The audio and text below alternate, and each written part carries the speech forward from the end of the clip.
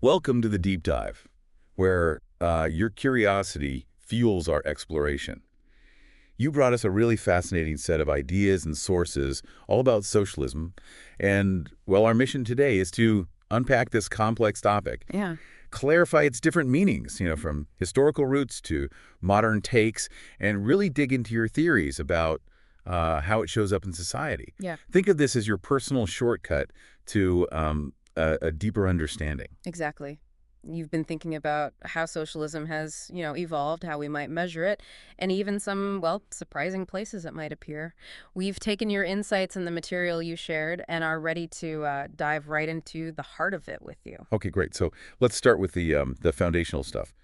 Your understanding of Marxist socialism as a kind of stepping stone to communism was pretty much right on the money. Uh-huh. It wasn't meant to be the final destination, but a transition. Imagine it as like upgrading from an old flip phone to a smartphone. Socialism is that sort of in-between stage. Right. And the core idea wasn't really about accumulating wealth, but more about the well-being of the average worker. Were they fed, housed? Do they have what they actually needed? Precisely. The central idea in Marxist socialism is that the proletariat, and just for clarity, that's essentially the working class, gains control over the means of production. Right. The factories, the land, the tools used to, create goods. This control could be through the state owning these things on behalf of the workers, or maybe directly through the workers owning them collectively. Okay. The overarching goal was to create a system where human welfare, the basic needs of the average laborer, was the top priority. And a key part of that was to change the nature of work itself, reduce exploitation. Right. The idea being that if the workers collectively owned the bakery, for instance, they wouldn't be toiling endlessly just for someone else's profit. They'd have a say in their hours and how the bread and, the profits were shared. Marx lays this out in his critique of the Gotha program, this idea of a lower phase, socialism, leading eventually to the higher phase, communism. Mm-hmm. So that initial picture you had of Marxist socialism as transitional, focused on collective ownership and worker well-being, that's spot on. But, and this is something you astutely observed, the modern understanding of socialism has often, well, veered in a different direction. Yeah. The emphasis now is frequently on sharing resources, taking from those who have more and providing for those who have less. It's often framed as a kind of compassionate system aimed at helping the poor and those who are struggling. Which feels quite different from Marx's revolutionary call for the workers to seize control, doesn't it? It does. Now we see more sort of reform-minded approaches like social democracy in many European countries, or the often discussed Nordic model. These are essentially capitalist systems, but with, strong social safety nets and government efforts to redistribute wealth through things like taxes and welfare programs.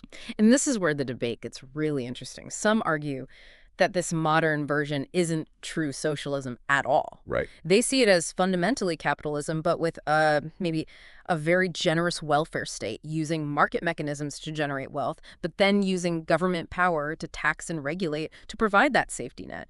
It makes you wonder, what's the core defining feature of socialism today, really?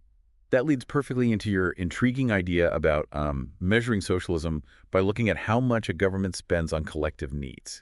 Your thinking was that if a government taxes businesses and higher income individuals and then uses that money for things like education, healthcare, infrastructure, things that benefit everyone, that indicates a level of socialism in action. It's a very practical way to look at it, definitely. High government spending on social programs certainly suggests a societal commitment to shared well-being and a degree of wealth redistribution. Think about countries with extensive welfare systems. A significant chunk of their government budgets goes to these kinds of collective needs. Yeah. You even use the U.S. federal budget as an example, pointing out that, around 60% goes towards what could be considered social spending, education, Medicare, highway construction, things like that. Right. So based on that purely financial metric, could we argue that the U.S. is actually, quite socialist? Well, this is the critical point where that metric, while giving us a useful snapshot of government priorities, doesn't fully capture the essence of socialism as an economic system. Oh, okay. While the U.S. does allocate a significant portion of its budget to these areas, the underlying structure of the economy remains firmly capitalist. Private ownership of businesses, the drive for profit, these are still the dominant forces. The social spending is largely financed through taxes levied on a capitalist economy, not through a fundamental change in ownership and control of production itself. So while the effect of that spending might feel socialistic in providing benefits, the mechanism isn't fundamentally socialist, you know? Okay, so spending on social programs, while having maybe a socialistic feel, isn't the same as a systemic shift in who owns and runs the economy. Exactly. You suggested looking at some other indicators maybe to get a clearer picture. Precisely. When we look at, say, public ownership of industries, the U.S. has relatively few examples. Amtrak and the Postal Service often come up. Right. Worker cooperatives, where the employees collectively own and manage the business, are also extremely rare in the U.S., like less than 0.1% of all businesses. Wow, that low. Yeah. And then there's the level of taxation. While the U.S. tax system has progressive elements, sure, the overall tax burden as a percentage of the total economy is considerably lower than in countries typically classified as social democracies, like those in Scandinavia. So when we put all those pieces together then, how socialist would you say the U.S. is? You gave us a kind of ballpark figure based on both the Marxist definition and the more modern welfare state idea. Right. Using the strict Marxist lens, focusing on worker ownership and control of production, the U.S. would likely fall in the very low single digits, perhaps 5–10% at the very most, given the limited public and cooperative ownership. Okay. However, if we consider the modern welfare state perspective, looking at the degree of wealth redistribution through social spending, you could argue it's maybe in the 30–40% range. But the crucial takeaway is that the foundational economic system remains overwhelmingly capitalist. Got it. This ties in perfectly with your reformulated theory, where you propose that modern socialism's primary focus has shifted, maybe from specifically protecting the industrial labor class to a broader concern for the underclass, those who are economically disadvantaged, facing poverty, or otherwise marginalized. And you saw collective spending as the common thread linking this modern socialism to social democracy's role in providing that protection. It's a thought-provoking way to look at how the focus of these ideologies might have evolved alongside societal changes. You're highlighting a consistent concern for the vulnerable in society, which is fair. But However, the core distinction between socialism and social democracy it still boils down to that fundamental question of ownership and control of the means of production. okay, can you elaborate on that key difference then? Yeah. In how they aim to protect the underclass? Well, think of it this way. Traditional socialism seeks to protect the underclass by fundamentally altering who owns and controls the economy. The idea is that by having collective or state ownership, you eliminate the inherent inequalities and, the potential for exploitation that exists within capitalism. Right.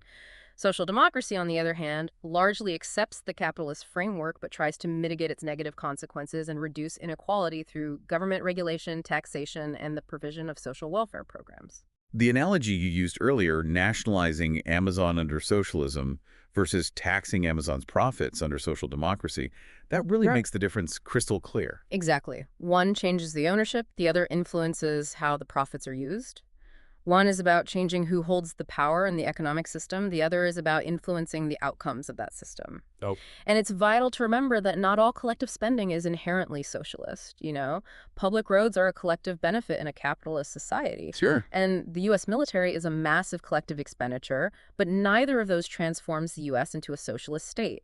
The traditional heart of socialism really remains the control of production. So it's more accurate maybe to envision a spectrum of collectivism with social democratic policies representing collective action within a capitalist framework. Yeah. And true socialism requiring that fundamental shift in ownership. Precisely. Now, you brought up a really interesting and subtle point about the apparent similarity between public ownership of a factory and public ownership of infrastructure like bridges and hospitals. You asked, if the first is often considered socialism, why isn't the second, given that both are publicly controlled and funded through wealth redistribution? There's a definite logical consistency to that line of thinking. There is, isn't there? I mean, if the public owns it and those with greater means contribute more to funding it through taxes, it does seem to share some fundamental principles with socialist ideas. It does highlight a certain underlying logic, absolutely. Both scenarios involve the state acting on behalf of the public, taking wealth for collective benefit, whether that's to pay the wages of workers in a publicly owned factory or to fund essential public services like a bridge or a hospital. Right. And you rightly pointed to the tension there between viewing high taxes as, say, exploitation of hardworking citizens versus seeing them as a fair contribution for the overall well-being of society. So is the main distinction just what is being collectively owned? Production in one case, essential services in the other. That's a key way to differentiate them, yes. Yeah. Socialism traditionally emphasizes control over the creation of wealth, the means of production. Social democracy tends to focus more on how the wealth generated by a largely capitalist system is distributed, and on ensuring a basic standard of living for all citizens. However, your question pushes us to consider a broader definition of socialism, one that might encompass any system with significant collective ownership, whether of production or crucial infrastructure, combined with a progressive system of wealth redistribution. Ultimately, it depends on how broadly we want to define the term socialism. Now let's tackle a really sensitive and often misunderstood topic you raised. The assertion that Nazi Germany was a form of socialism because the state heavily controlled private industry, even without outright government ownership. This is a claim that frequently ignites intense debate. It certainly does, and it's vital we approach this with careful distinction. Your point about state control is an important one. The Nazi regime did exert enormous influence over the German economy, dictating production quotas, setting prices, suppressing independent labor unions. So, if the state is effectively calling all the shots, even if the ownership papers still say private, doesn't that constitute a form of socialism? Especially given they call themselves National Socialists. This is where the fundamental differences in ideology and practice become absolutely crucial. While the Nazis used the word socialist in their name, their ideology was drastically different from Marxist socialism and, frankly, most other forms of socialism. How so? Well, a core tenet of socialism is worker or collective ownership of the means of production. The Nazis, while exerting control, did not transfer ownership to the workers or the public in any meaningful socialist sense. In fact, they worked closely with big business, which continued to operate for profit, albeit under strict state direction that prioritized nationalist goals, particularly rearmament. So it was more about the state kind of commandeering private industry for its own nationalist agenda, rather than fundamentally changing who owned and benefited from that industry. Precisely. Furthermore, Marxist socialism is inherently anti-capitalist and internationalist, envisioning a global movement of workers. Nazism, on the other hand, was fiercely nationalistic, racist, and fundamentally capitalist, albeit with extensive state intervention. Right.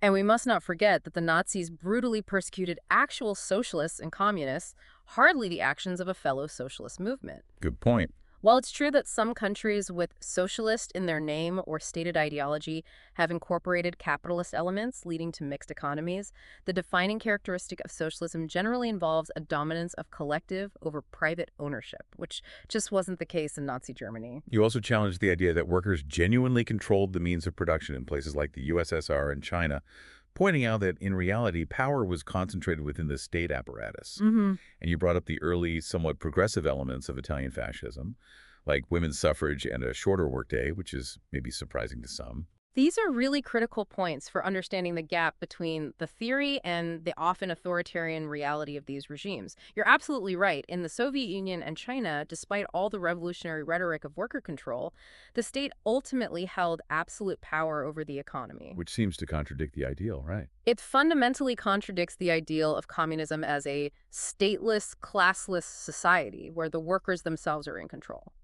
And your point about early Italian fascism is also significant. The initial fascist manifesto did contain some seemingly progressive ideas, but under Mussolini's leadership, the ideology evolved pretty quickly into a far more authoritarian and, well, less worker-centric form of state control. And just to clarify something you mentioned, Hitler himself never actually referred to his ideology as fascism, right? Even though there were certainly shared characteristics with the Italian model. That's correct. While Nazism and fascism shared traits like extreme nationalism and anti-communism, they were distinct ideologies with different core tenets, particularly regarding the centrality of racial ideology in the case of Nazism. Okay. This all leads to a rather uncomfortable question. Despite their vastly different stated ideologies, did Soviet communism and Nazism ultimately lead to similarly oppressive, militaristic, and economically damaging outcomes compared to, say, free market capitalist systems? It is a stark and sobering reality that despite their radically different theoretical foundations, both Soviet communism under regimes like Stalin and Nazism under Hitler resulted in immense human suffering, systematic human rights abuses, widespread repression, and significant economic hardship for their populations. It's hard to ignore. Yeah. The Soviet Union's expansionist policies and its imposition of control over neighboring countries, often under the banner of international proletarian solidarity, bears a disturbing resemblance in practice to Nazi Germany's aggression driven by extreme nationalist expansionism. You also mentioned the Soviet tendency towards a kind of Russian chauvinism, despite its supposed commitment to international worker solidarity. That does seem to echo the intense nationalism at the heart of Nazi ideology. Exactly. While the stated goals and the justifications differed significantly on paper, both systems ultimately prioritized the power of the state and ideological control above the economic well-being and individual freedoms of their citizens. And economically. Well, when we compare their long-term economic performance to that of relatively free market capitalist democracies, the latter generally saw greater innovation, higher standards of living, and overall economic prosperity. However, it remains crucial to acknowledge the fundamental differences in their initial intentions and their moral frameworks, even if the tragic outcomes shared some grim similarities. Right, intent versus outcome. The motivations and the specific groups targeted for oppression, while both abhorrent, were not identical. We shouldn't equate them entirely. Understood. Finally, let's address a really contemporary and often contentious idea. The theory that modern socialism or progressivism has morphed into a kind of grievance class war, where wealthy white individuals are now seen as the new bourgeoisie and perhaps poor minorities as the new proletariat, drawing parallels with Marxism's inherent critique of capitalist success. This is a complex and highly debated perspective. It's true that certain segments within the modern left do analyze societal inequalities through a lens of power, oppression, and exploitation, drawing inspiration from things like critical race theory and neo-Marxist thought. Okay. You definitely see rhetoric that frames certain groups as holding systemic power and privilege, while others are seen as victims of ongoing systemic injustice. So is there an argument to be made then that modern wokeism, as it's sometimes called, could be seen as a kind of evolution or mutation of Marxism, shifting the focus from purely economic grievances to broader cultural and racial ones? Some commentators do indeed argue along those lines, suggesting that the focus has shifted from the traditional Marxist emphasis on class struggle to a broader oppressor versus oppressed dynamic defined by various identity categories. But it's crucial to avoid broad generalizations here. Mainstream progressivism is not a monolithic entity and does not uniformly adhere to Marxist principles. Many progressives advocate for reforms within a capitalist framework to address inequalities, focusing on the concept of intersectionality. The interconnected nature of social categorizations like race, class, and gender, and how they create overlapping systems of discrimination. It's not always about overthrowing capitalism. You also rightly pointed out the dangers of oversimplifying this, noting that not all wealthy individuals neatly fit the Marxist definition of the bourgeoisie, and importantly, many individuals from minority groups achieve success within the existing capitalist system. Precisely. The analogy, while maybe capturing some aspects of contemporary social justice discourse, is far from a perfect or universally accepted framework. The idea of demonizing success isn't a universally held tenet within progressive movements either, and the complexities of modern society, with its diverse opportunities and challenges, cannot simply be reduced to a straightforward rehash of historical Marxist class categories. So, influenced perhaps, but not a direct continuation. Yeah, I'd say while Marxist conflict theory has undoubtedly influenced some aspects of modern progressive thought, it's more accurate to see it as one influence among many, rather than a direct or complete continuation. It's more of a mutation, perhaps. Well, this has been an incredibly illuminating deep dive, truly. Let's just recap some of the key insights. Yeah. We've traced the evolution of socialism from its Marxist origins, that sort of stepping stone idea, to its diverse modern interpretations, often centered more on welfare and redistribution. We grappled with the difficulties of actually defining and measuring socialism in the real world. It's tricky. Very. We clarified those crucial distinctions between socialism, with its traditional emphasis on collective ownership of production, and social democracy, which kind of works within capitalism but uses government intervention to promote fairness. Right. We navigated the very complex and frankly deeply troubling relationship between socialist-inspired ideals and the authoritarian outcomes we saw in regimes like Nazi Germany and the Soviet Union. Yeah. That's tough, but necessary territory. And finally, We explored the ongoing and often heated debate about whether modern progressivism represents a new form of class struggle, maybe rooted more in identity and perceived grievances. Understanding these nuances is absolutely essential, I think, for navigating the often highly charged and polarized political discussions we encounter today. The terms socialism and capitalism are thrown around a lot, They really are. often as simple labels, but their underlying meanings and the realities of their implementation are far more intricate and varied than those labels often suggest. Absolutely.